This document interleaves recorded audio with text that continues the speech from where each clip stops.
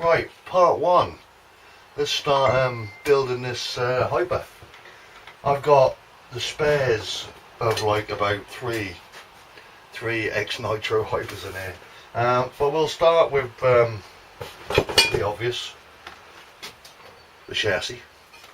It's a bit beaten up, and it's got several holes in there that shouldn't be in there for whatever reason. But it's basically alright, it's straight.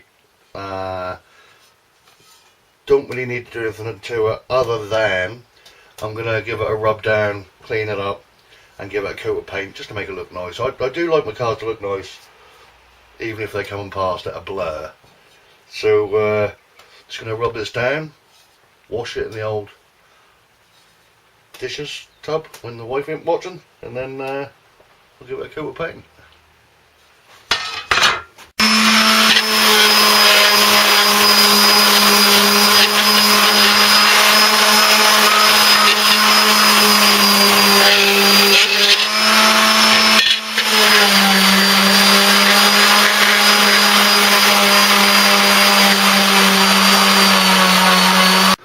Okay, just want to show you a little tip here, guys.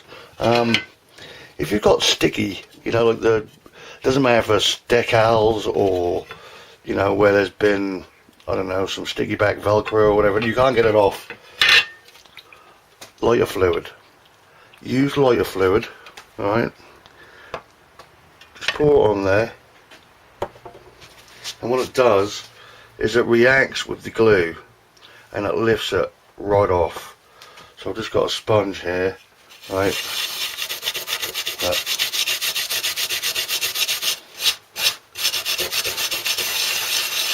Now I couldn't even get that off just now with the electric sander. Bit of lighter fluid and it's gone. Just a little tip for you. Alright guys, so now you can see what I've done here.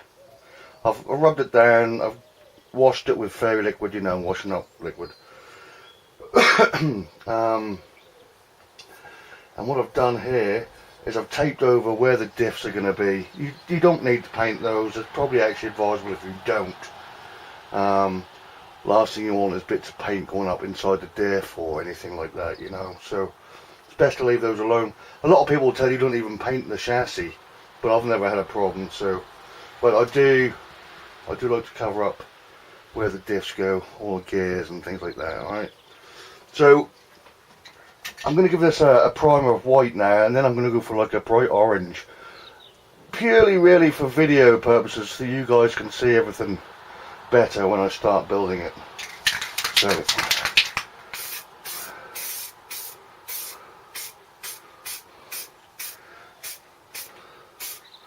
I'll just let this dry, give it another couple of coats, and then I'll put some orange on.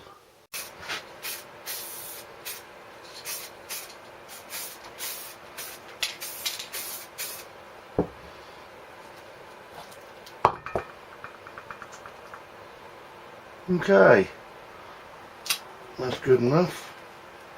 Looks nice and clean.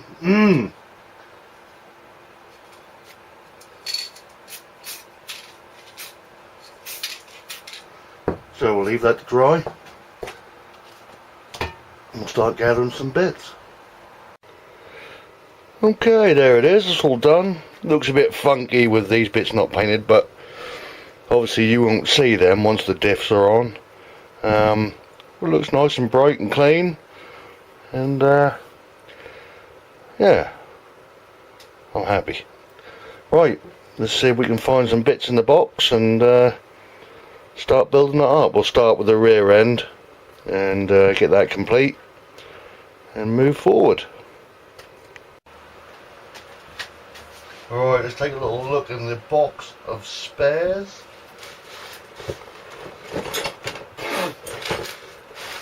My shed is like organised chaos. I know where everything is, sort of.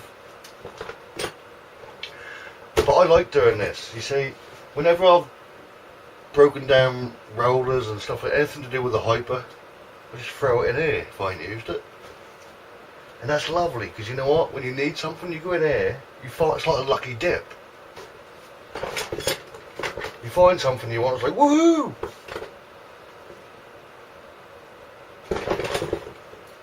diff would be nice. Oh, there we go. One complete diff. Now on the Hyper 7s they're the same, front and rear. So it doesn't matter which one this is, but this is going to be the rear one. I will be locking this diff. I'll go into exactly why I'll do that, but yeah. But for now, we're just getting parts out, so now I need to find the front one.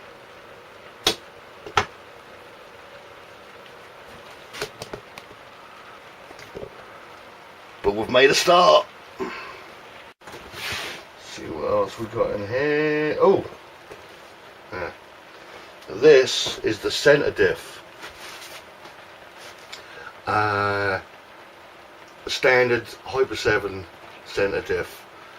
46 teeth on the spur, but we're not going to be using that unfortunately, because to get speeds of 100 plus, it's no good. We need a smaller spur, and I'll go into that more when we get to that part. It's all secretive, isn't it? Let's keep looking.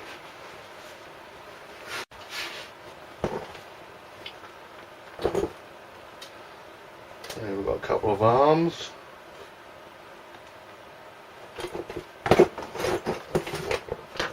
Steering assembly. That's odd. Doesn't actually look like a Hyper 7.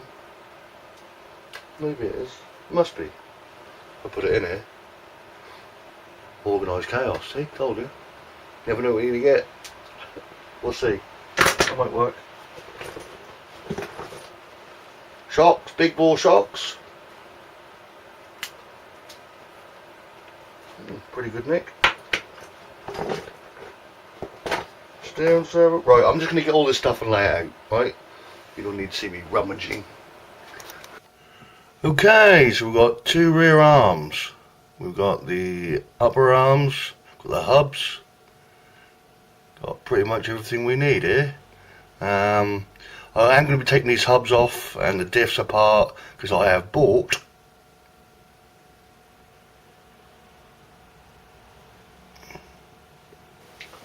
damn it. Found them. Found them. Whew. That never normally happens for me. If I drop something in this shed floor, it's gone forever. But I got more. Well, I've got two tubs of them. I'm pretty sure that the bearings in this are fine, but I do want to be doing some pretty heavy speeds with it, so for the sake of 15 quid, I thought I'd buy some new ones, so it should be safe and sorry. But I'll put all these bearings I'll take out, I'll put them in a little separate tub, because like I said, I'm just sure there's nothing wrong with them. They could be used for another project. Maybe I'd buy a roller that's got a naked bearing and Bob's your uncle finish around. But anyway, I'm done for the night, so I'll call this video finished, and I'll see you in part 2. We start building up the rear end, putting new bearings in, start making this start. Thanks for joining me. See you in part 2.